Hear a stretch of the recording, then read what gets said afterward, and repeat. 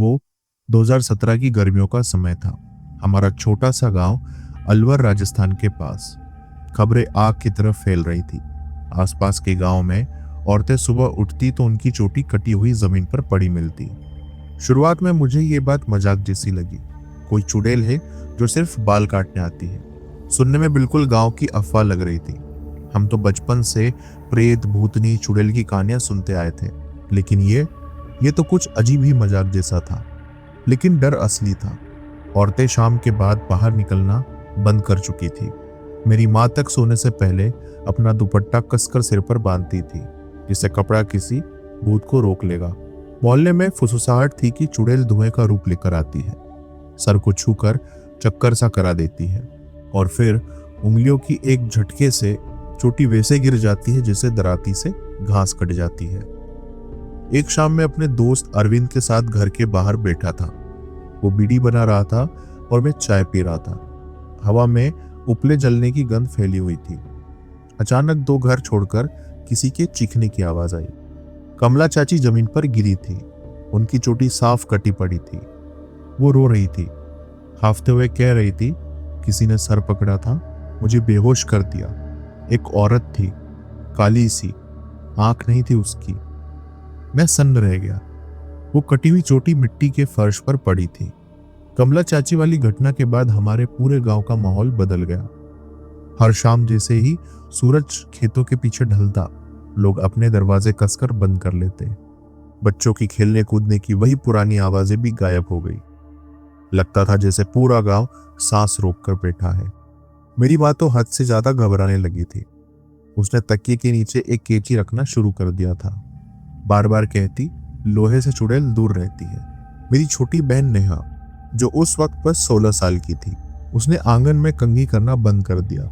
अब हमेशा कमरे के अंदर बैठकर ही बाल बनाती, दरवाजा अच्छी तरह बंद करके। लेकिन डर ऐसा होता है कि कितने भी ताले लगा लो, वो घर के अंदर घुस ही जाता है। एक रात मुझे अपनी बहन के सिसकने की आवाज आई। मैं भागकर उसके कमरे में पहुंचा। नेहा खाट पर सीधी बैठी थी, दोनों हाथों से सिर पकड़े हुए, आंखें पूरी खुली, जिसे उसने अभी अभी कुछ ऐसा देखा हो जिसे कह पाना भी मुश्किल हो। उसकी चोटी छोटी हो चुकी थी, लगभग एक हथेली जितनी लंबाई कटी हुई। वो कटा हुआ हिस्सा जमीन पर पड़ा था। वो बड़बड़ा रही थी। वो आई थी, उसने मुझे छुआ। वो कोने में खड़ी थी। मैंने कोने की तरफ देखा। वहां कुछ नहीं था, बस पुरानी अलमारी और टूटी हुई कुर्सी। लेकिन हवा भारी थी, बिल्कुल वैसे जैसे तूफान गुजरने के बाद होता है। मेरी माँ रोने लगी। पिताजी खुद को समझाने की कोशिश कर रहे थे कि ये शायद नेहा ने नींद में खुद ही ऐसा कर लिया होगा। लेकिन मैंने उस कट को देखा था। वो बहुत साफ था, इतना साफ कि नेहा के कांपते हाथ वैसा कर ही नहीं सकते थे। उस दिन से चुड़ैल अब सिर्फ गांव की अफवाह नहीं थी, वो हमारे घर की दीवारों के अंदर आ चुकी थी। नेहा की चोटी कटने के बाद हमारा घर पूरे गांव की बातों का केंद्र बन गया था।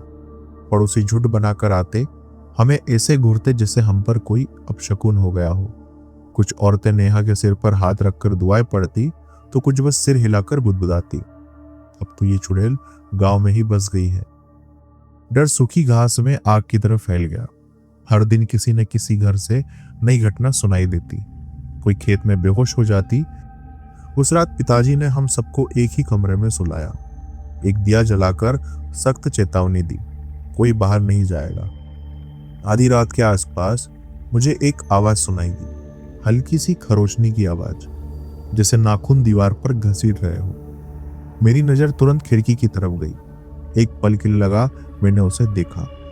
पर्दे जैसी परछाई, चेहरा ढका हुआ, सलाखों के ठीक बाहर खड़ी थी और फिर गायब। मैंने खुद को समझाया कि ये बस मेरा वहम है, लेकिन आवाज वो रुक ही नहीं रही थी। धीरे धीरे, जैसे कोई अपनी मौजूदगी दर्ज करा रहा हो। सुबह हुई तो हमने खिड़की के बाहर दीवार पर 3 नई खरोच देखी, लंबी, सीधी, बिल्कुल वैसे जैसे किसी ने पंजों से उखेरी हो। जुलाई के बीच तक आते आते हमारा गांव पहचाना ही नहीं जा रहा था। औरतों ने खेत जाना बंद कर दिया था। मंदिरों में भी भीड़ कम हो गई थी। हर घर के दरवाजे पर नींबू मिर्ची टंगी होती। हर खाट के तकिए के नीचे लोहे का कोई औजार दबा होता। लेकिन फिर भी चोटियां कटना बंद नहीं हुआ। सबसे अजीब बात, किसी ने कभी उस पल की चीख नहीं सुनी जब चोटी कटती थी। औरतों को तो बाद में ही पता चलता, जिसे उस वक्त समय ही अंधेरे में डूब गया हो। मैं खुद को बार बार समझाता कि मैं डरूंगा नहीं, मैं बड़ा आदमी था, कोई बच्चा नहीं। लेकिन हिम्मत नकली लगती है जब तुम्हारे ही घर को किसी अनदेखी चीज ने छू लिया हो। एक रात में आंगन में बैठा था, जागते रहने की कोशिश कर रहा था। पास रखी लाल टेंट टिमटिमा रही थी, बुझने ही वाली थी। रात के करीब 2 बजे हवा चलने लगी और उसके साथ एक अजीब सी गंध आई, जैसे जले हुए बालों की। और फिर मैंने उसे महसूस किया। उंगलियां, ठंडी हड्डियों जैसी पतली उंगलियां मेरे सिर पर दबाव डाल रही थी।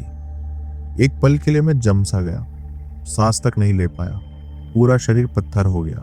मैं चिल्लाना चाहता था लेकिन गला बंद हो गया। आंखें ऊपर उठाई, वहां कुछ नहीं था, सिर्फ अंधेरा। लेकिन उस हाथ का बोझ असली था। अचानक सब घूमने लगा, नजर धुंधली हो गई, कानों में घंटियां बजने लगी और मैं धड़ाम से जमीन पर गिर पड़ा। जब होश आया तो माँ पिताजी मेरे ऊपर खड़े थे, मुझे हिला रहे थे, चेहरे पर पानी के छींटे मार रहे थे। सिर फटा जा रहा था, बाल तो कटे नहीं थे लेकिन सिर के बाएं हिस्से में जलन थी, जैसे किसी ने जोर से नोचने की कोशिश की हो। अब तक सब कहते थे ये औरतें की समस्या है, चुड़ैल बस चोटियां काटती है। लेकिन उस रात उसने मुझे छुआ, एक आदमी को, और तभी मुझे समझ आया वो सिर्फ बालों के पीछे नहीं थी। मेरे अपने हादसे के बाद मैंने किसी का मजाक उड़ाना बंद कर दिया। मुझे पता था उस हाथ का एहसास कैसा होता है, वो ठंडी जलन जो कई दिनों तक बनी रहती है। लेकिन जब मैंने लोगों को बताया तो किसी ने हैरानी नहीं जताई। तब तक तो पूरा इलाका, हमारा गांव, अगला गांव और उससे आगे तक उसी खौफ के कब्जे में था। हर सुबह कोई नई कहानी आती, किसी लड़की का आंगन में बेहोश होना, किसी बूढ़ी औरत के सारे बाल उड़ जाना या किसी की बेटी का जड़ों तक गंजा हो जाना। लेकिन साथ ही कुछ और भी शुरू हुआ था, शक। एक शाम खबर फैली कि नहर के पास एक बाहरी औरत दिखी है, फटे हाल, भीख मांगती, हाथ में कपड़े की पोटली लिए। जब तक मैं पहुंचा वहां भीड़ इकट्ठा हो चुकी थी, लोग उसे घेर कर चिल्ला रहे थे, वो है चुड़ैल, पकड़ो उसको। बेचारी औरत बार बार समझा रही थी कि वो बस खाने के लिए मांग रही थी, लेकिन किसी ने नहीं सुनी। पत्थर चले, किसी ने डंडा मार दिया, वो गिर पड़ी, खून से लथपथ, रहम की भीख मांगती। जिन लोगों को मैं बचपन से जानता था उन्हें जानवर बनते देख रहा था। पिताजी ने मेरा हाथ पकड़कर खींच लिया, धीरे से कहा, मत देख। जब डर दिमाग पर सवार हो जाता है, इंसान सबसे बड़ा शैतान बन जाता है। रात होते होते वो औरत मर चुकी थी और फिर भी चोटियां गिरती रही। यहीं से डर और भी खतरनाक हो गया। अब हर बाहरी, हर अजनबी, हर अनजानी छाया को दोषी ठहराया जाने लगा। घर के अंदर भी हाल बुरा था। नेहा ने बोलना तक बंद कर दिया। वो ना ढंग से खाती ना सोती। हर रात कहती उसके बिस्तर के चारों ओर पायल की आवाज गूंजती है। कई सुबह में दिखता उसके नाखूनों में मिट्टी भरी होती, जैसे नींद में दीवार नोच रही हो। अब चुड़ैल बाहर नहीं थी, वो हमारे साथ थी। अगस्त का आखिरी हफ्ता था जब ये हुआ। तब तक हमारा गांव सूरज ढलते ही कब्रिस्तान जैसा लगने लगता था। बाहर कोई रोशनी नहीं, कोई आवाज नहीं। मुझे उस रात नींद नहीं आ रही थी। अंदर एक अजीब एहसास था। मैं दीवार से पीठ टिकाकर बैठा रहा, हाथ में दराती पकड़े। माँ, पिताजी और नेहा चारों तरफ खाटों पर सो रहे थे। करीब 3 बजे दिया टिमटिमाया, फिर बुझ गया। सन्नाटा और भी भारी हो गया और फिर वो आवाज, पायल की, हल्की लेकिन जानबूझकर।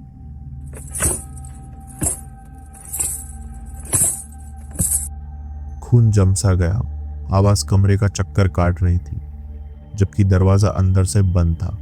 नजर दौड़ाई, कुछ नहीं, बस अंधेरा।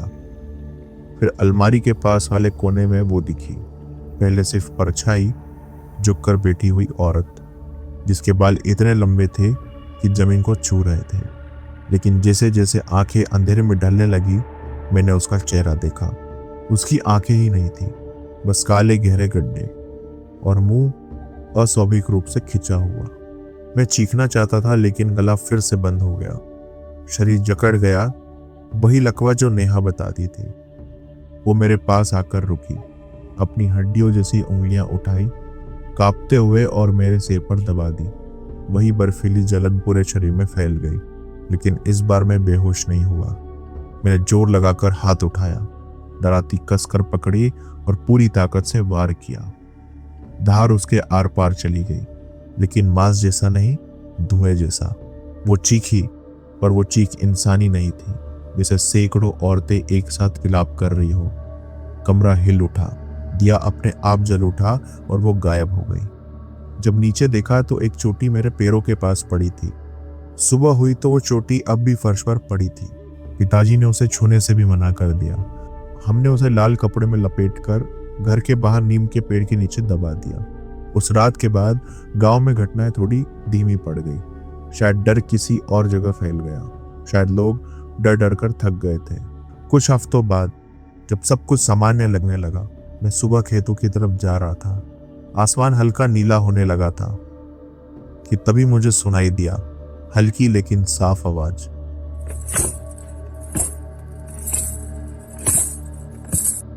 पलटकर देखा तो कुछ नहीं, बस सुनसान रास्ता और हिलती डुलती फसलें। लेकिन जब घर पहुंचा तो देखा नेहा जाग रही थी, रो रही थी। उसकी चोटी फिर से गायब थी और इस बार फर्श पर कोई कटा हुआ हिस्सा नहीं था, बस पूरे कमरे में जले हुए बालों की गंध फैली हुई थी। आज भी इतने सालों बाद जब कभी रात में औरतों की हंसी सुनता हूँ या अंधेरे में पायल की छनक, मैं जम सा जाता हूँ, क्योंकि मुझे पता है वो अब भी कहीं बाहर है। पुलिस भले भूल गई हो, अखबार भले आगे बढ़ गए हो, देश के लिए पुरानी बात हो चुकी हो, लेकिन मुझे अब भी उसके हाथ का दबाव महसूस होता है, ठंडे हड्डियों जैसे इंतजार करते हुए। और मुझे यकीन है कभी ना कभी वो फिर आएगी।